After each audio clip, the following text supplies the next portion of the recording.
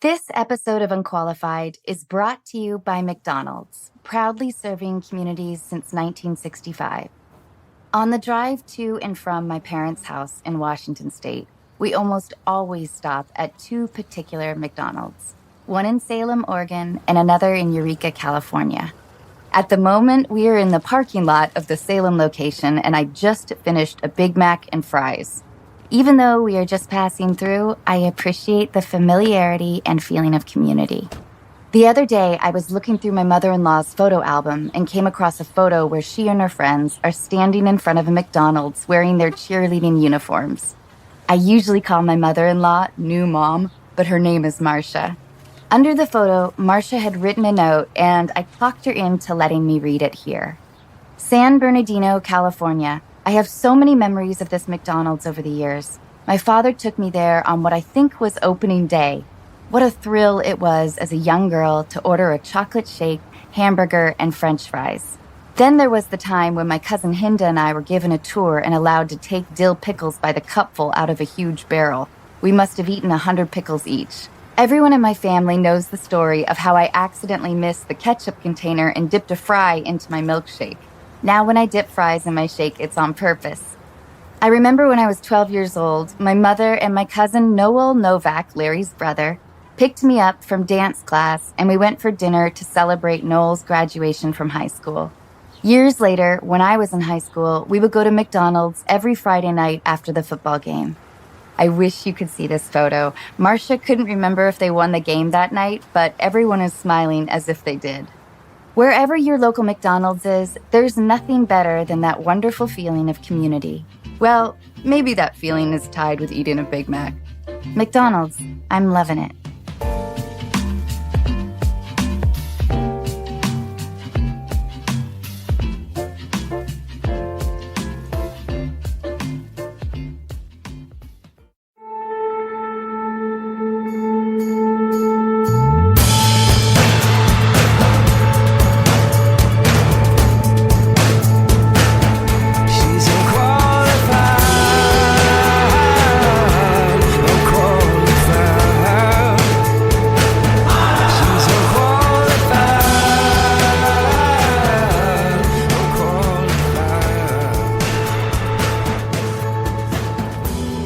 Katie Couric? Yeah, Sana. I can't believe Yeah, Sana Faris. I get to say that. Is Allison Janney really nice? Oh my God, she's Okay, the we'll best. talk about that. She is just stop. all right. But I Save think it. we may be recording right now. Oh, really? Yeah. Okay. But I do have to tell you, I think that I'm having an out of body experience. I'm going to wake up around 6 a.m. And I'm going to go to work. Chuck Lorre's going to be mad because I don't know any of my lines. Do you want us to run? Should we run some lines? No. together on I'm that? just going to have this wonderful dream that Katie Couric was on my podcast. I'm in Anna Faris's dining room. This is really fun. Yeah. I'm with Sim. This like atrocious, weird place. I hope it's as weird as maybe you would have imagined. But anyway. Okay, so wait. I want to ask you, I know that you have a bat mitzvah to go to. So I'm going Bat to. mitzvah. Okay. Fine. Bat Guess mitzvah. we're Anna. already arguing. I'm pretty sure it's a bat mitzvah. Yeah. Okay. Okay. Sorry. Fine. Sorry. Sim, will you get this lame just woman don't- out of here? I don't know how. I don't she want ended your up over here. Jewish listeners to be upset. Okay. A bat. I am going to a bat mitzvah. No, I am sorry. That's embarrassing. I tried to cover up with a weird defense, but it didn't work well for me. Okay, so I was reading your book, and I want to talk to you about words that I hate because I really related to something that you said. Moist. Ooh. I like moist. I don't like moist, but I don't mind it so much. But perky. Oh, yeah. I've sort of come to terms with perky. Have you? I have. Because I haven't. I do think it's actually, not to get all crazy and feminist right off the bat, but I think there's something I'll get crazy and feminist. marginalizing about Of course it is. I would never describe somebody as perky. A man is perky. Or a woman. Really? I think it's a kind of a I would say dog whistle code word for saying you're vacuous. Wouldn't you say like, oh, yeah, well, Shelby, yeah, you know what? It takes a minute to get used to her. She's a little annoying. You wouldn't say like, well, Shelby, you know what? She's perky. Like you just wouldn't, you know what I mean? Does like perky mean annoying? No. But like you would cut to the chase. Like perky is it's a cloak of a word, of an adjective. I think it connotes being sort of frothy, superficial, kind of artificially upbeat. And not sexy. Really? Well, no, in your case, very sexy. And in my case, very sexy as well. Whenever I've been perky, it's always in reference to my nipples. Oh, God. I'm sorry, Katie. Don't worry. It's totally fine. But you don't think I'm like super straight-laced, do you? I want to protect you. Thank you. I don't want to ask you about, like, you know, how big your pussy is or how many guys you've bonked, but I kind of do, but I won't. Thank you, Anna. But you could ask me. No, that's okay. You could. I would be very open. I'm sure. That's what I heard. I love you. Oh, now you're the person I'm going to really clonk over the head with one of those steins and drag This it is what she back. does. She clonks our guests over the head and then drags them up to her attic. Oh, really? And she keeps them there. How many people are up there? Maybe 28, 29, but Ooh. it's a safe haven. Well, don't do that because I got a bat mitzvah to go to, or a Right. bat mitzvah. We'll discuss that later. So, do you feel like talking about what it's like to be a woman? Honestly, we can talk about anything you want. All right. So, I did want to talk about the idea of how we form more camaraderies with women in industry in general. I don't know. I had this fantastical idea that where every month I would have a brunch at my house where I invited a bunch of actresses and women in the industry. It was like a female only brunch. We all got drunk. There was no agenda. It was just simply a chance for all of us to get to know each other and socialize. And what Because happened? I never followed through. Instead, I did this dumb podcast. You could still do it, though. But what do you think about that? I mean, for me, it really came from a place of just not having any interaction with that many women. Mm-hmm. And I don't. You know, my dad used to say that women are their own worst enemies, which really bugged me. And I think there are many cases where women support each other, but I do think that women can work against each other. But then again, you think men work against each other. I mean, I think if you're ambitious and there are only a certain amount of jobs or a certain amount of positions, it's going to be kind of cutthroat for both genders. And I don't think anyone has a corner on that market. Do you find that women in Hollywood are supportive of each other? I mean, if somebody gets a role that you want, you're not going to be like, great. to their face.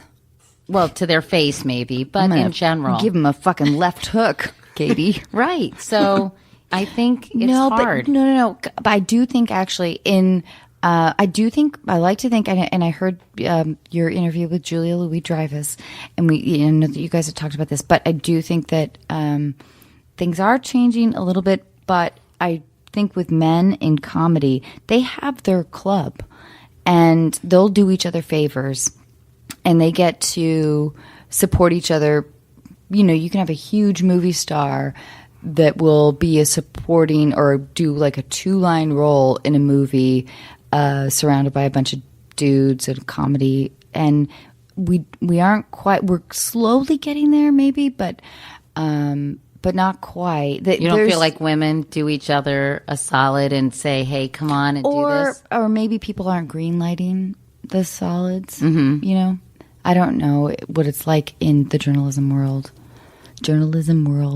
Well, Hannah. I'm very unqualified to be conducting an interview with Katie Couric. You're doing well. No, I'm not. You're doing just fine. You really are. But you know where the area I want to sort of explore. Yeah. I mean, I think What is the question on? Well, just sort of the exploration of like, how do we actually really make a change? Well, I think I firmly believe, I just sounded like Miss South Carolina, didn't I? Do you ever watch that? When Miss South Carolina did? No, but you did not. But I kind of want to hear you. Wait. What does she say? I sincerely believe that the people of Iraq, have you watched that? Yes. Exactly. Poor thing. Oh my God. Anyway, she was very depressed and upset after that happened, by the way. But she did American Race or Amazing Race afterwards. Oh, she did? Yeah. How did she do? I don't didn't know how know she that. did, but she got a lot of publicity after that. I think that people hire people who look like themselves. Right? Really? And I think people connect with people who have similar backgrounds, who they can relate to and hang out with. And until we get more women in these really decision-making positions, you're going to see, I think, a certain imbalance among employees and a certain, I think, sexism among the people who are hired. Don't you? I mean, I think certainly in my business, I think there's a reason why there is a particular look for anchor women on all these stations. They fit a certain mold for the most part. And I think that's because more often than not, men are hiring these women. And I think until we get a female news president who's going to say, these are the qualities I'm looking for, I think you might continue to get a certain type of person. And I think, honestly, we should have all different kinds of people on television. They don't have to all be cookie cutter attractive. They all should, everybody should look different. There should be some people who are overweight or some people who don't have perfect hair. But I think you get programmed to expect a certain image on the screen. And it's very hard to, I think, go against that grain in a way. Yeah, of course. Yeah.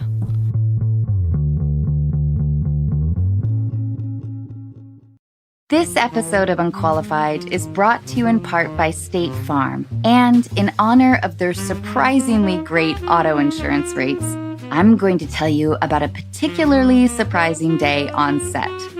It takes me a long time to read a script.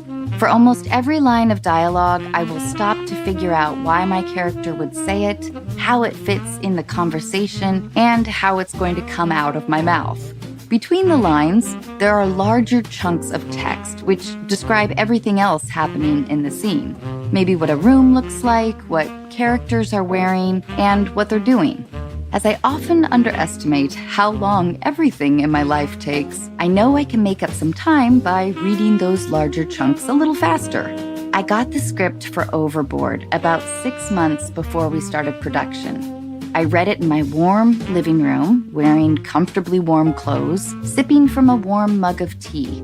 Somehow, it never occurred to me that when you jump off a boat in the middle of the ocean, the water is surprisingly cold. And it doesn't get any warmer on take 2. Here at Unqualified, we love State Farm because they provide coverage that meets your needs at a surprisingly great rate. Like a good neighbor, State Farm is there. Call or go to statefarm.com for a quote today.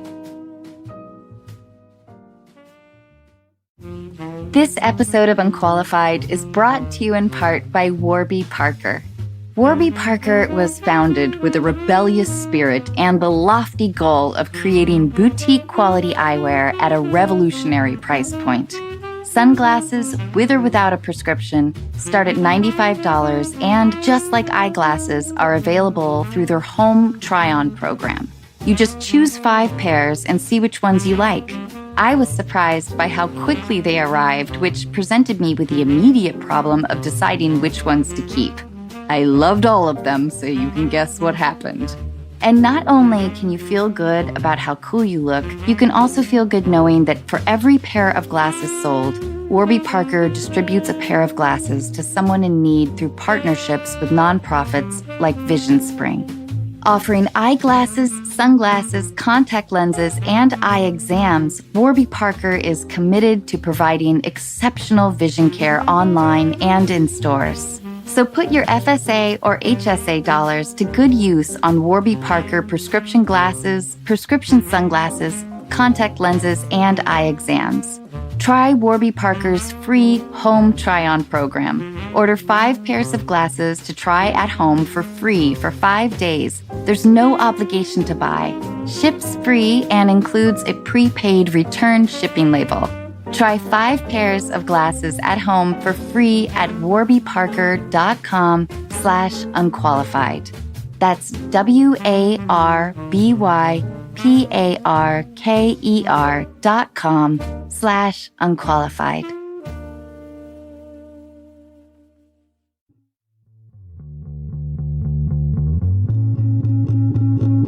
I do really love the image that you presented in your book about the teeth.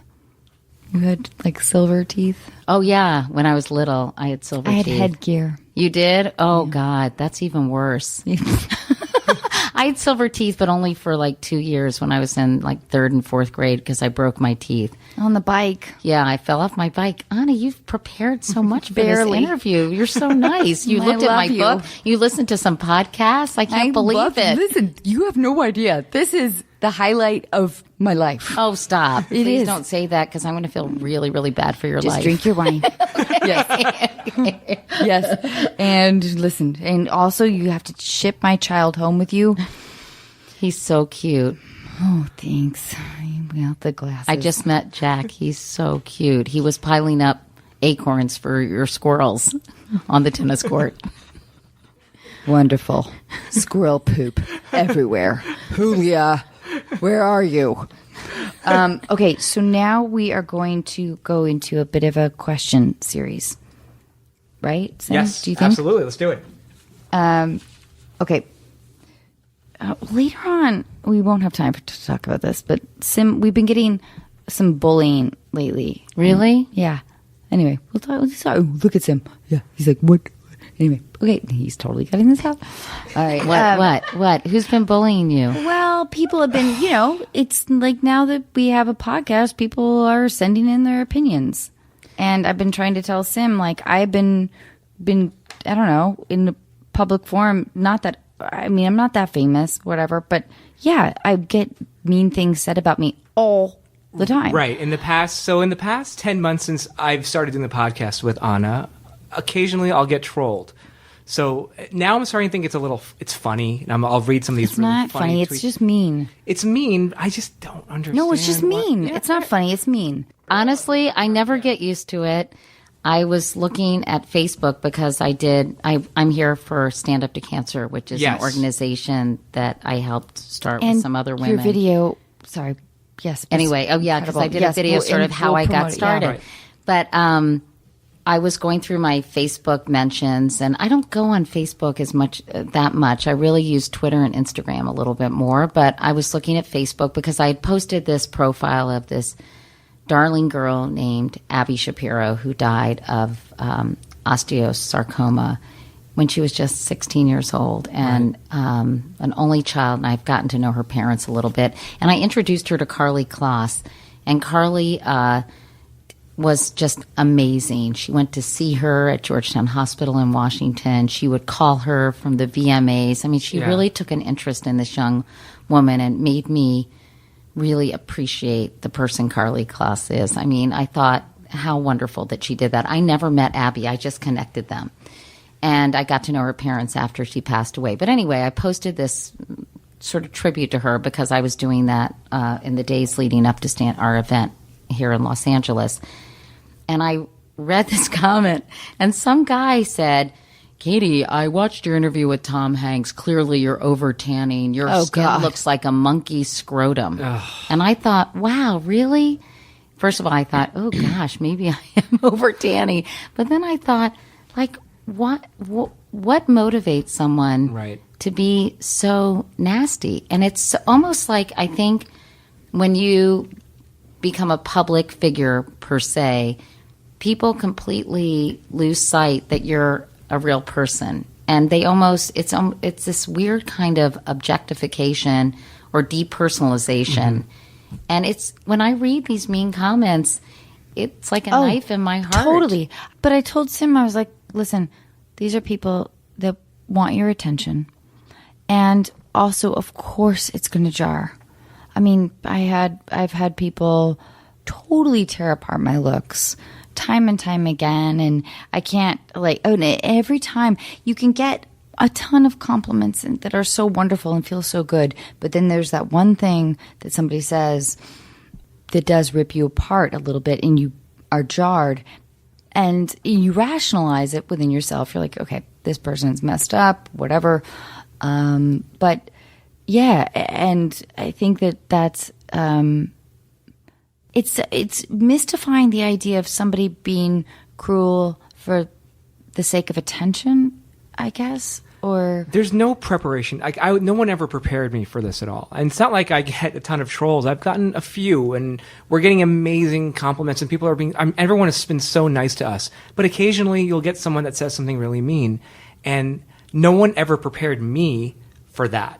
Yeah. You know? I think what's interesting is to really sort of figure out the motivation. Mm-hmm. And Yeah. I think I usually rationalize it or kind of come to terms with it by saying it's usually the product of people who are really unhappy, unhappy with their own lives, unhappy with what they've done or where they are. And it's very easy, I think, when you're in a bad place to lash out at people who seem to be happy or seem to have things that you don't have.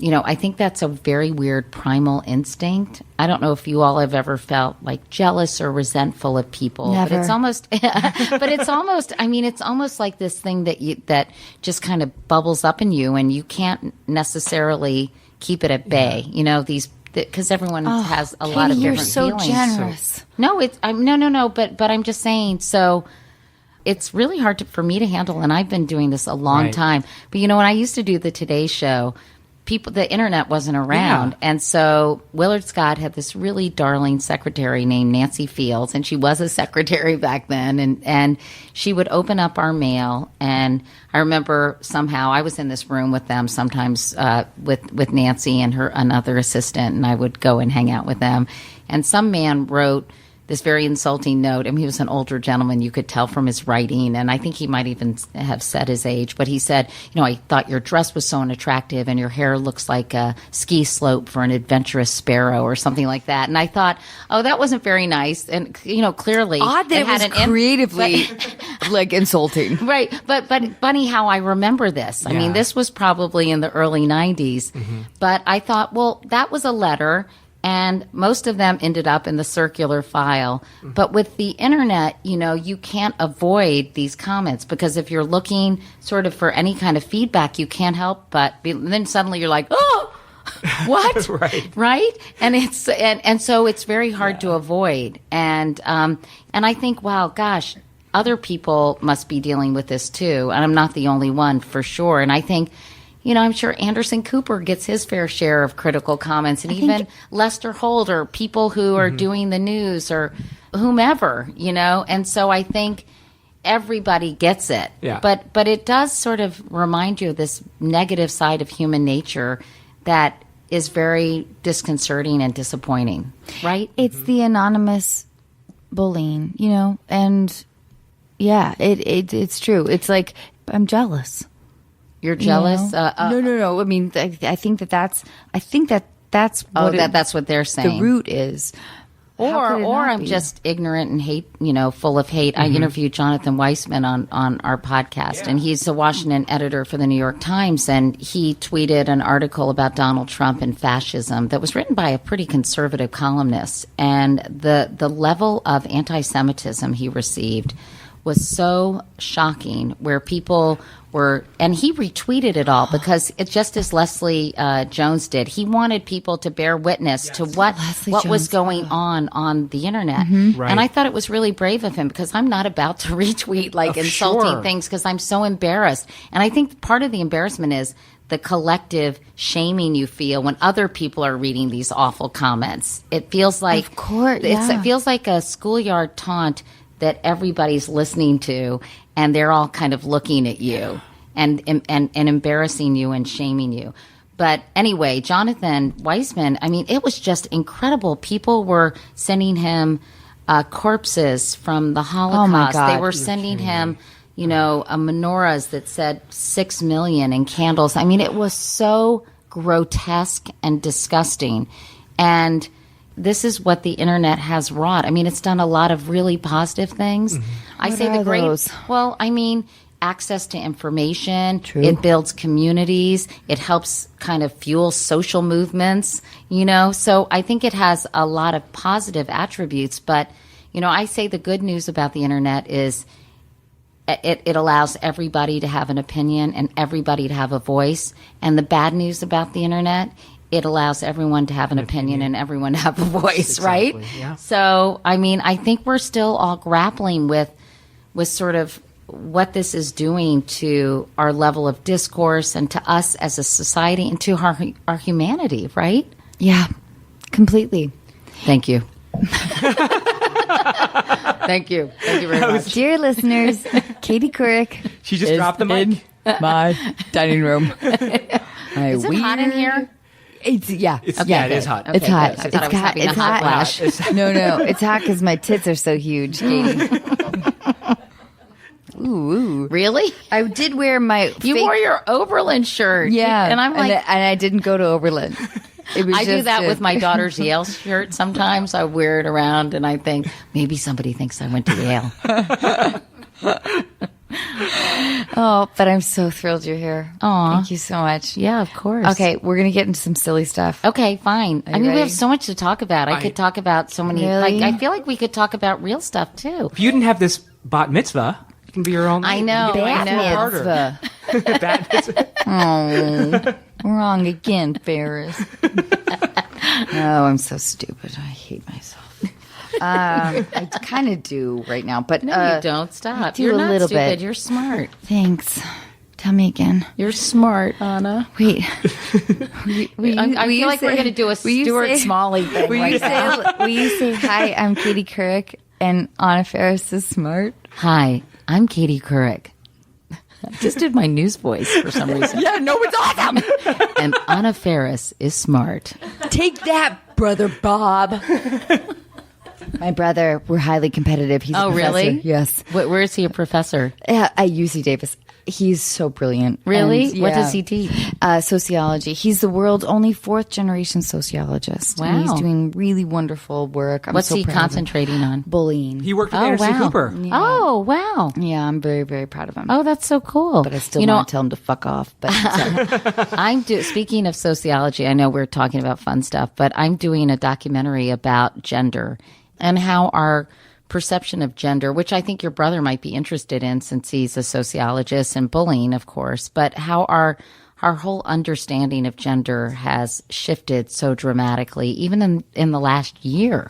yes. And I just came from a house of a young transgender girl, 12 years old, and her mom, and someone who's doing the first longitudinal study of transgender kids, following them for 20 years to determine Oh my kind gosh. of more about how their level of support has affected them. And I mean, all kinds of facets of this, situation, I guess, right?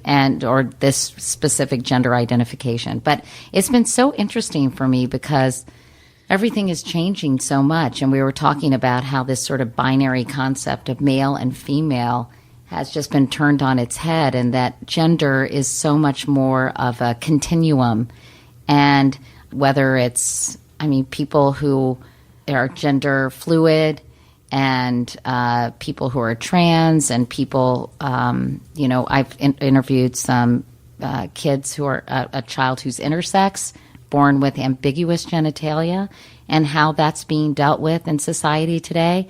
So it's a very kind of unvarnished look at this. Do you feel a little bit scared about like discussions that we haven't really talked about openly? Yeah, I do and I don't, because I feel... Oh my God, Katie, will you say it like, and I do, and I don't? I do and I don't. But I want do. Katie as like the sorority girl. Totally. I'll have to do my Valley Girl cheer for you. Yeah, that oh my God. daughters taught me. Oh my God. Totally, for sure. Like I just No way. got a manicure. Oh my God. The sun, Kitty. I swear, No way. is messing Oh up my my God. golden hair. Oh my- 24, 34. I don't even know the score.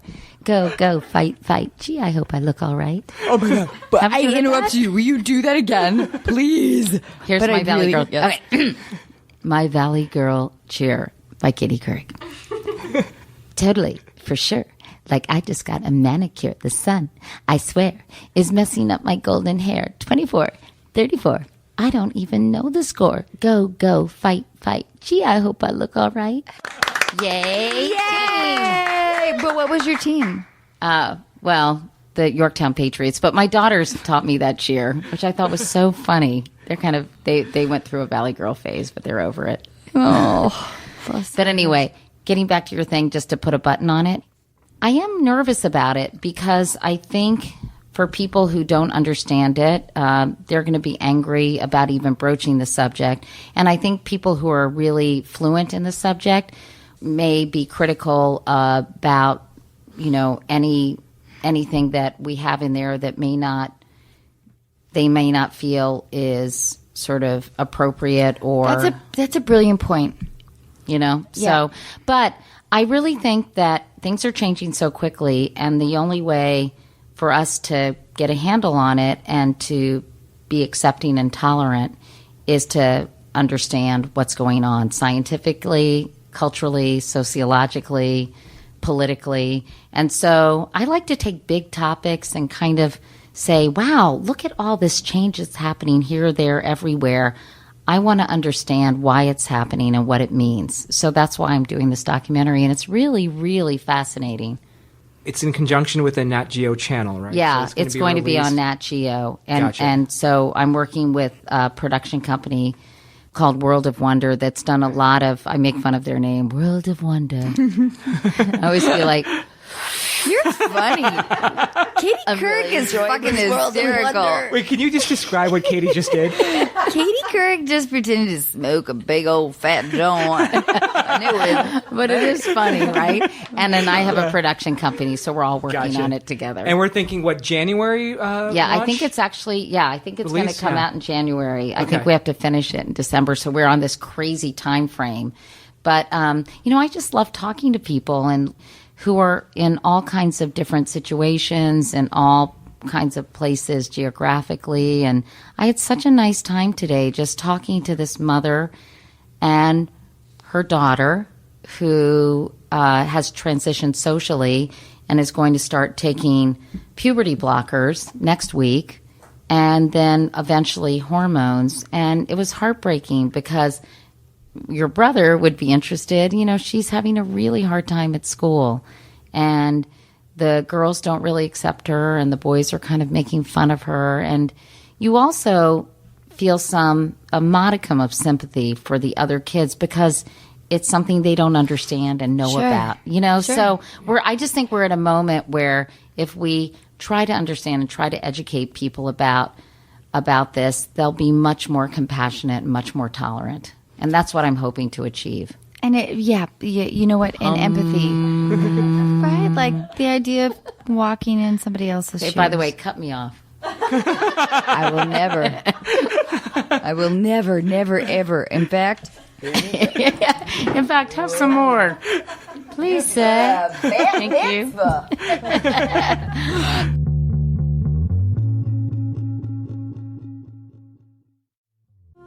This episode of Unqualified is brought to you in part by Osea. Wondering what to gift your friends and family this holiday season? Female founded over 25 years ago by a mother and daughter team, Osea's award-winning cleansers, serums, face moisturizers, and body products give you the results you want. Skin that looks and feels amazing. I recently got to try Osea's new body butter, which, like their now famous Undaria algae body oil, transforms dry skin without being greasy, has the same incredible scent, and leaves your skin soft, smooth, and healthy looking. If my experience is any indication, you can count on your partner giving you a lot of compliments. This holiday season, stock up and share your new favorite clean skincare and body care with your friends and family. Unqualified listeners get 10% off your first order with promo code ANNA at OseaMalibu.com. You'll get free samples with every order, and orders over $50 get free shipping. Gifting is always easier if you start early, so head to OSEAMalibu.com. Use code ANNA. This episode of Unqualified is brought to you in part by ZocDoc. Who gets excited about trying a new restaurant that has 2 out of 5 stars? When it comes to finding healthcare, don't ratings matter even more? ZocDoc is a free app where you can compare doctors, read reviews from real patients, and even make same-day appointments.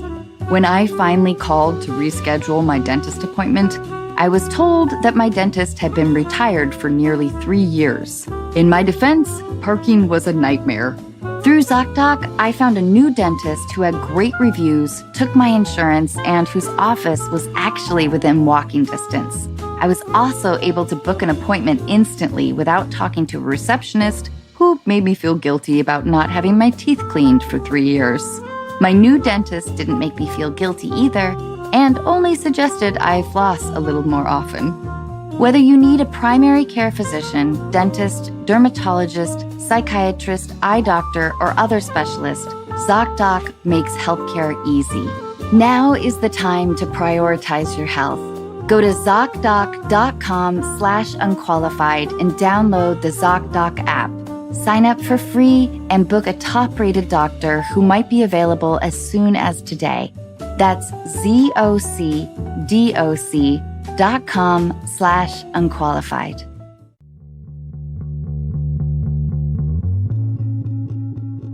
Okay, so we're going to pretend that you're single.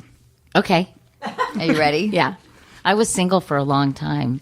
I know, but anyway, I got remarried. That was around 1998. Yes, and Okay. And that was horrible, And as how- you can imagine. And but I, it took me a very long time, but I finally remarried. I wanted to remarry. I wanted to be Carol Brady. I was looking for my Mr. Brady, and he just never materialized until I met my husband. So it's very So how it's long a very were you happy single? development. I was single for probably 16 years. Yeah.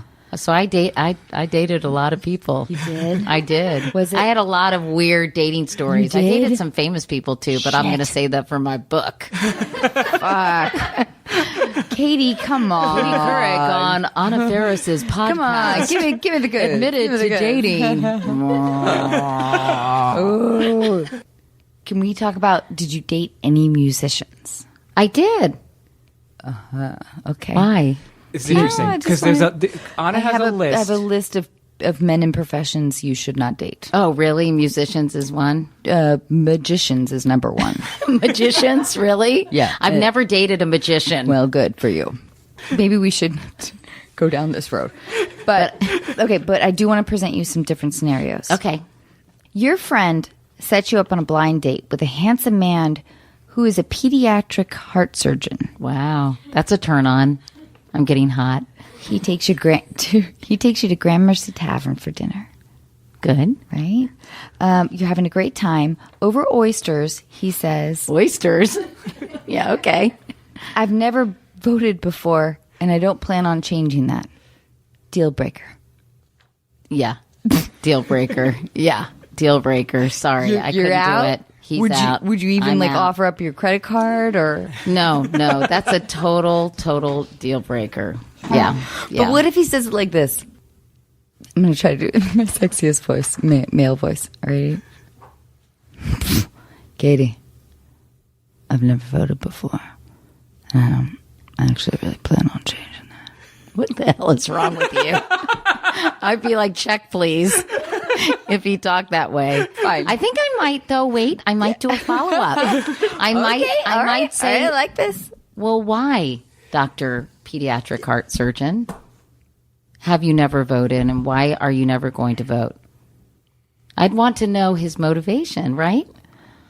I don't really, I don't have a lot of time, but also I don't really believe in kind of the democratic system. Oh, okay. All right. Yeah, that's a deal breaker. See you later. Yeah, I know. Okay. I didn't have a good What follow. do you think? Would that be a deal breaker? Yeah, fuck yeah. Yeah, okay, I hate good. him. He's Okay. the worst. Also, doctors are high on my list of People you shouldn't date? Yeah, sorry. Really? You know, it's Yeah, funny sorry. because I met my husband because I asked my friend sorry. Molly, who's he's Shit. not a doctor. I asked my friend Molly, whose husband is a trauma surgeon, hey, does Dave know any other doctors? Because I think I would enjoy meeting a doctor because I know a lot about cancer research and I've really enjoyed learning about that. And I've never really dated a doctor, although I did date a heart transplant surgeon in Washington. He was so boring. So anyway, so I said, maybe Dave knows someone. She said, okay, I'll ask. I don't really know any doctors, but we do know this other guy named John Molnar. And I was like, does he have a pulse? I'm kidding. But anyway, so that's how I met my husband, asking about a doctor. So I'm glad I didn't hook up with a doctor. But what's wrong with doctors? Well, it's just one of those things. It sounds like a better idea than it actually is. Well, you know, working long hours, God complex, Yeah. yada, yada, yada. Yeah. Well, there are a lot of nice doctors, though, out there, too. Ugh, Katie. I'm sorry. Come I'm on. sorry. There are. Have another sip. My brother-in-law was the head of cardiology at the University of Virginia. And he's the nicest man No, and really I'm a great husband. So you Listen, can't make these generalizations. No, I know. But I hear you. And you know what? There's going to be a day, probably not, but when I need one of those people. yeah, exactly. Don't be bad-mouthing I doctors. know. I know. I know. You're right. Fine, Katie. You win this round. Sorry. Okay, so wait. Where are we here? Oh, we're right over the next one. Your It's oldest hard to daughter. read. The lighting in here isn't I so know. great. You know, you guys need Do to we probably want to do number something 2? about lighting. Or do we want to do... I know. Right? Isn't it awful? I'm really a freak. I have to have like really I think strong it should lighting. go to number 3, Let's do right? that, yeah. Okay, so we're back into your single. Okay. Okay. Shoot. Katie Couric is single. You've been dating a man for 3 months. You think he is the one. He is a respected war photographer who loves cooking and jazz music. After a walk through Central Park, he grabs your hand, looks you in the eye, and whispers, I'm afraid. "Are you ready? Yeah. The real Obama died in a car crash in 2012 and was replaced by an impersonator ever since." What? Deal breaker? Yeah. It's like, I think I'll call, what is St. Elizabeth's or what is the mental hospital? Bellevue on line 1. Yeah. No, thank you. No, thank you. Crazy deal breaker. What, you nuts? Wait a minute. But Didn't even give him a chance, Katie. no. You're right. Insane. Yeah, Insane. I know. I hate any kind of conspiracy theorists. Yeah. Though there are a lot of them out there. Yes. Anna. That's fine. I listen. I don't listen half the time, so you can call me whatever the fuck you want, Katie. Sorry. I love you. Okay, now you are on a date with a philanthropist who looks a lot like Colin Firth. Ooh, I love Colin Firth. Who doesn't? After dinner, or during dinner, sorry, you take a glance at his text messages. You notice multiple times that he uses the wrong "your" in a sentence. Then, when he orders dinner, he pronounces salmon with a L. Salmon? Like Salman Rushdie? Yeah. Okay. Well, first of all, how can you tell when someone's speaking if they're using the wrong "your"? It's a Well, no, conjunction. You mean were- on his sorry. text message? Yeah, you were able to see? sort of glance. Oh, I don't know. I don't think I would take that so seriously. Well, first of all, yes, I'm a stickler for spelling and grammar. I know, we know. On the That's why other we hand- asked this question. But on the other hand, I think with text messages, people often do. It's quick. You know, yeah, they do it quickly. And so I think I would forgive that. If it was in a letter or an email, that would really bug me. Do you ever correct autocorrects on your text messages with like one of those like the star symbol? No. Like if you spell something wrong, you immediately type up another text saying, "Well, here's the correct word," and then you guys know it's a thing, right? Really? I don't do that. I should, because sometimes I go back and look at my text messages or email and I'm like, mother of God, I can't believe that said that. That made absolutely no sense. They think I'm like drunk emailing, right? But no, I don't do that, but you're going to have to show me how to do that, Sam. I'll show you afterwards. Okay. Oh my, it'd be my honor. Okay. One last question, and then we're going to go on to a quick game, and then we're going to go on to a couple callers if you have time. Yeah. Okay. This is the one that I really wanted. What was it? You like that one? I do, but I also like this one too. I like envisioning Katie as like a single hot, like do on it. the town, and she's opening her pussy to men. Sorry, I'm sorry, Kate. I'm sorry. That's the weird mind I have. Okay. After a third date, a man that you're really into. What's a good name for you? What do you like? Like a Chad or a Sean? Do you like a 1-syllable? Do you like a 2-syllable? Robert? Grace? Will. I like the name Will. All right, Will. Okay. After a third date, Will invites you over to his house to cook you dinner. When you arrive at the house, it smells amazing. Wait, say that again. It smells amazing. He pours you a glass of a vintage Cito Moresco that he has been waiting years to open. As the wine is decanting in front of you, he proudly presents you a dinner. A platter of mashed poi, surrounded by delicate slices of Spam. He says, "Aloha, dealbreaker." Okay, you just have to get this whole thing. You just suss it out. I'm thinking about it. Yeah. Got a gorgeous wine, handsome man, poi, Spam. Is that a deal breaker? Do you like poi and Spam? Is basically the question. I'm not really a spam person. But I feel like it's a little bit classist to say you don't like spam. Aha. So I don't this know. part out. And poi,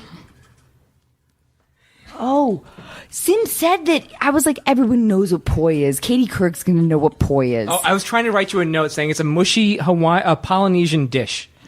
I've heard of poi, but I couldn't remember what poi was. You know I what? didn't know either. And, Okay. and Anna and I had a bet. I'm sorry, I feel very Katie? ignorant. Do you guys know what poi is? I know. Okay, we did a survey, and the survey says... Katie, you know what this means? I've heard of poi, but when you say a mushy Hawaiian... I have to tell you. Anna, help me. I have to tell you what this means. This means this is a sign that we have to go to Hawaii together. Okay. And you have to experience mushed poi, which is like a root vegetable. Oh, yeah, I think I remember it. It's disgusting. There's no reason for you And to it's like, remember it looks like mashed potatoes, Yes, but but it's gray. kind of a... Gray, well, purple. Is it gray? Okay, deal breaker. But you know what? Maybe it brought us together. Maybe it did. Now we're going to Hawaii. Yeah. But I think that maybe only somebody I liked and found really interesting enough to go out 3 times would do that as a joke. I can't believe That's somebody what we would were do thinking. that. We were thinking about like how it might They be were kind of- punking me. So I'd give him another chance. I love it. I love it, Katie Couric. I might be that person, but I'm posing as a man. Ugh. All right. Now, what Are we doing? Game? Yeah. Quick game. Here we go. A little bit of trivia. So we've had these games before, and Anna has never won. Oh, okay. She's lost every single time. Oh, gosh. So what we're going to do is we're going to play a game right now. It's called Politician or Rapper. So you have a couple of buzzers right here. So you have that tambourine, Katie, and Anna, you have that Santa Claus. So after I finish reading a quote, you both will buzz in with either politician or rapper. So let's begin. First question. Here we go. You all look like happy campers to me. Happy campers you are, happy campers you have been, and as far as I'm concerned, happy campers you will always be. Katie. Politician. Politician. Do you know who it is? No. It's Dan Quayle. Really? Yep. I was going to say Donald Trump. Second question. Whatever this country is willing to do to the least of us, it will do to all of us. Katie. Rapper. Rapper is correct. And do you know who it is? No. Kanye West? Nope, it's actually Killer Mike. Are you familiar with Killer Mike? at I all? love Killer I Mike. love Killer Mike Oh my too. God. I have all his albums. Killer Mike. If somebody's going to kill me, I want it to be him. He fucking slays, literally. It had to do with Cuba and missiles, I'm pretty sure. Katie. Rapper. It's not a rapper. The answer... No, you can't. No, you have to earn it. You have to earn it. No, it was Okay. actually... All right, you want... Politician. Politician. I can't give you credit for that. Donald Trump. Donald Trump is the right answer. No, it's not. It's actually a politician. It's Bush Press Secretary Dana Perino. But here's the fourth question. Sorry. Okay, Faris. I decided to run for the Green Party. My platform will be to give people a break. I want to fix the housing market. Katie. Jill Stein. It's not Politician? Jill Steins. It's Wait, actually... don't say it. Kanye West? No. Katie again. I don't know. It's actually a rapper, and it's Vanilla Ice. I knew that. Okay. Is anyone keeping score? I think it's 3-0. I think once it's, again? I think it's 2-0 because I Oh, it's can't 2-0. give me You didn't credit get for it. that Yeah, one. yeah, exactly. No. Okay. Will you tell us once again what Vanilla Ice said? Sure. He said, I decided to run for the Green Party. My platform will be to give people a break. I want to fix the housing market. Wonderful. Yeah. He actually had a show on some channel, I think it was Bravo or like HGTV, where he fixed people's homes. Really? Next question. Walk out, put that double-barreled shotgun and fire 2 blasts outside the house. I promise you whoever was coming in is not gonna. Katie. Donald Trump. This is actually someone you interviewed before. Sarah Palin. Nope. It's actually... You have no idea, Anna. You don't have any idea. It's him. I bet it's a man. Okay. Who is it? I bet he's not a politician. He is a politician. Republican? I interviewed President Dolly Obama? Parton and DJ Khaled recently. A very, very important politician. What? Oh, someone's giving you the answer? Okay. Joe Biden? Joe Biden, that's the correct answer. Joe Biden. That's the right answer, Anna. Anna got that one. I'm not conducting important interviews unless it's with you. Katie A Couric. few more, real quick. We're gonna do Okay. this really quickly. First thing I would do as president is I'm going to raise minimum wage. I feel like all fast food restaurants should get paid $15 an hour. I think he meant fast food restaurant workers should get paid $15 an hour. Katie, Politician. it's not a politician. Rapper. Rapper is correct. Are you Kanye familiar? West. Are you familiar with Waka Flocka? I love Waka Flocka. Good. All right, Katie wins the game I'm sorry, Anna. Yay. Yay, me. in a landslide.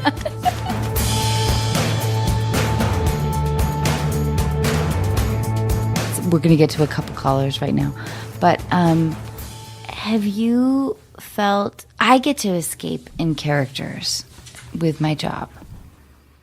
And that's a little bit different than what you do. Of course, it's very different. The idea of actually reporting news and journalism. But do you ever feel you're playing a character? In my job? A little Yeah. bit, because I think you have to comport yourself a certain way. And Thanks for saying that. You could have like left me out there on a hook, but no, I totally do sometimes. You know, I think everybody adapts a persona. And, you know, I think there is a certain artifice about any kind of presentation, and journalism, at least broadcast journalism or visual journalism, entails a presentation. So sometimes I do, but I actually really try to act the same on camera as I do off. And I think if I've had any degree of success, I think that I think that authenticity word has been so overused at this point. But I think people feel like I'm kind of the same person on camera. But I do feel like a lot of people kind of put on like, good Yes. evening. yes. I'm so-and-so, and Yes. here's the news. And they get this kind of affectation. And can you go on? Will you go on? Did you ever wonder? You know, and it's all a little bit pretentious and put on. And I think I do feel like I have certain boundaries of, I mean, I can't act like this when I'm interviewing Vice President Biden and be like, "Wah." Right. I mean, I can off camera because I can talk to him like a completely normal person, but you do have to kind of stay in a certain kind of lane of respectability. And so in some ways you do feel like it's a skosh confining. Did that answer your Yes. question? But you do this unbelievable balance of having hard-hitting questions, incredible experience, and also like an affable, relatable personality. Especially as a woman, that is a very, that, don't you think? It's a tricky balance, I like people, and I know that sounds so cheesy and like Captain Obvious, but I really like conversation and interacting with people. You can and tell with your podcast. that Yeah. you're, And I was interviewing Joe Biden last night after Stand Up to Cancer. And I was telling my friends afterwards that, obviously I was asking him about the ceasefire in Syria, but I was also asking him about whether he had regrets not running for president.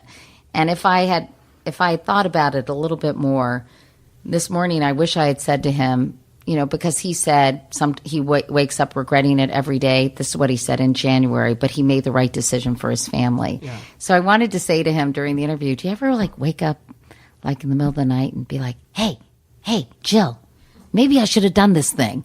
You know what I mean? I wanted to ask him that way because it instantly makes him a normal human being in bed with his wife and be like, hey, Jill. And I thought that would have been a really funny thing. Hitting me, but hit me again. No, do it again. Do it harder. As long as you don't ask me to spank you, I'll be fine.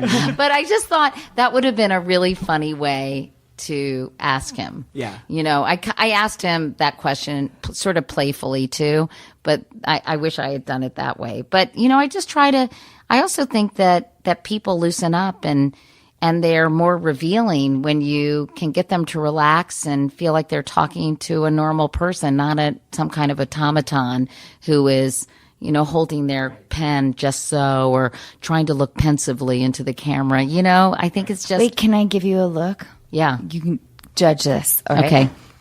All right. I'm going to be the pensively looking journalist. You look like you're trying to come on to me. Yeah. That's not the look we try to achieve. Wait, what's it's my a little more. You kind of have to cock your head like you're listening intently. Yeah, and very penetrating gaze. Good. I think you could be an anchor. Wait, will you do it to me? You have to talk. The foreign policy speech that our president has presented today has nothing to do with. And you have to kind of you give that a little slightly encouraging nod. Ms. That you're hanging on it every word. Yes, Ms. Couric? Mr. Vice President. Did you want to ask a question? No. I was excited. I was going to invite you back to the quarters. I have to call. All right, fine. We have to do Okay, it right so you now, have to because call. I know Yes, we I know. don't have much time, so we All right, have that's okay. two We're calls good. we have to go through. Okay, quickly. are these actual calls? This is so fun. So this is when they ask for advice? Yep. Oh, that's so nice. Okay. So we're calling I'll Ashley try. right now. I'll try. This is a big responsibility.